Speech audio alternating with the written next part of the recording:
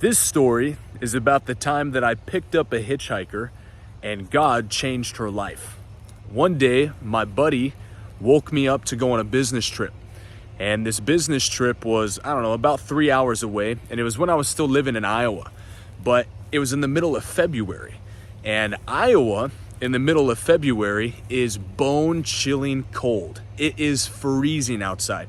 With the wind chill, it was probably about 15 degrees. So it was extremely cold, and it was early in the morning. And so me and my buddy are driving on this road trip. And as we're driving down the road, there's a drunk woman stumbling on the side of the road. And the fact that she was outside that early in the morning and that it was 20 degrees outside or colder kind of threw us off. But she was hitchhiking, and you could tell that she was still drunk from the night before because she was kind of wobbly. She was stumbling everywhere. And as we passed by her, I felt the Holy Spirit speak to me and say, "Pick her up," which threw me off because I'm from California, and you don't pick up hitchhikers in California. That's how you end up in a ditch somewhere. But nevertheless, the Holy Spirit spoke again and said, "Pick her up. She doesn't know Jesus." So I told my buddy, I said, "Hey, we got to pick her up. I don't think she knows Jesus. She doesn't know the Lord." And he was just as thrown off as I was. But we turned around and we picked her up. And when we picked her up, she said her name was Heather. And immediately when she got into the back seat of the car, the smell of alcohol just flooded the entire vehicle. And I could tell she had had a crazy night. And she began to go on and on and on about this boyfriend that she had, how he had taken her away from her kids. She said she had 2 daughters. One was 12, the other one was 10.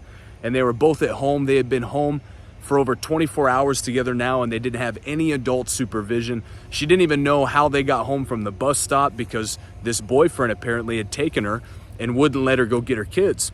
And she didn't have a car or anything. And so we picked her up, and she's just pouring out her heart in the back seat, telling us all this stuff about how he's a drunk, he's a drug addict, he's abusive. Like I said, he took her away from her kids, and she's just going on and on and on. And finally, my buddy looks in the mirror and he says, "You know, Heather, I feel like God sent us to find you today." And she paused for a second, and then she broke out in hysterical tears. Like it was frantic. I'd never seen somebody cry that hard. And when she had pulled herself together, she began to tell us that she used to go to church. She was actually raised in church.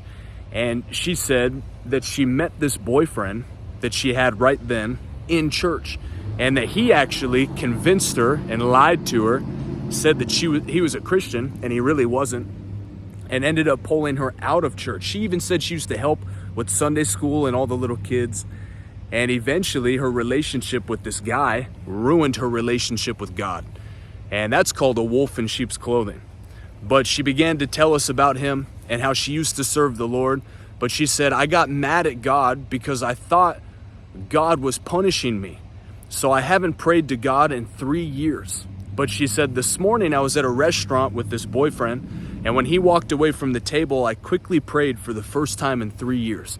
And I said, God, if you're still there, I need you to get me out of this mess." And she said she had this overwhelming feeling to get up and leave the restaurant. So she got up and she left the restaurant. And when she left the restaurant, as she began to walk, she left her purse in the restaurant, she left her wallet, she left almost everything that she had in the restaurant. And she said as she began to walk, 30 minutes later, we showed up and picked her up and said that God sent us. And that just shows you that God was listening to her prayer. Even though she had been running from God for 3 years, he still heard her prayer. And we picked her up, and she's crying in the back seat. And we led her back to the Lord. She rededicated her life to Jesus.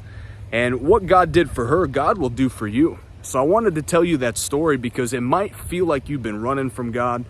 Maybe you haven't prayed in 3 years like her. Maybe you grew up in church, but you ran away from God, but your life is in torment right now. You are never too far gone to come back to God. He's just waiting for you to turn around and to run back to him, just like Heather did that day.